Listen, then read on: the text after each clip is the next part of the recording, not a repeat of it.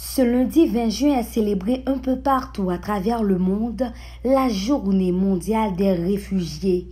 L'ONU recense près de 90 millions de déplacés forcés dans le monde et attire l'attention sur l'augmentation quotidienne des cas. La guerre en Ukraine déclenchée par les Russes a fait grimper la quantité de réfugiés. Selon le dernier rapport de l'ONU, près de 90 millions de personnes ont été contraintes de fuir leur région ou leur pays à la fin de l'année 2021.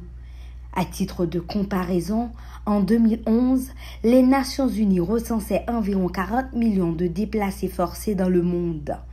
Si le monde n'arrive pas à juguler la grave crise alimentaire provoquée par la Russie, le record de 100 millions de personnes déracinées va grossir encore d'un grand nombre de gens, a prévenu Filippo Grandi, le haut-commissaire aux réfugiés de l'ONU. Ce qui est fait pour répondre à la crise de l'insécurité alimentaire est d'une importance cruciale pour éviter qu'un plus grand nombre de personnes ne se déplacent, a insisté le dirigeant. La Turquie est désignée comme le pays qui accueille le plus de réfugiés en recevant plus de 4,5 millions de demandes d'asile rien que pour cette année.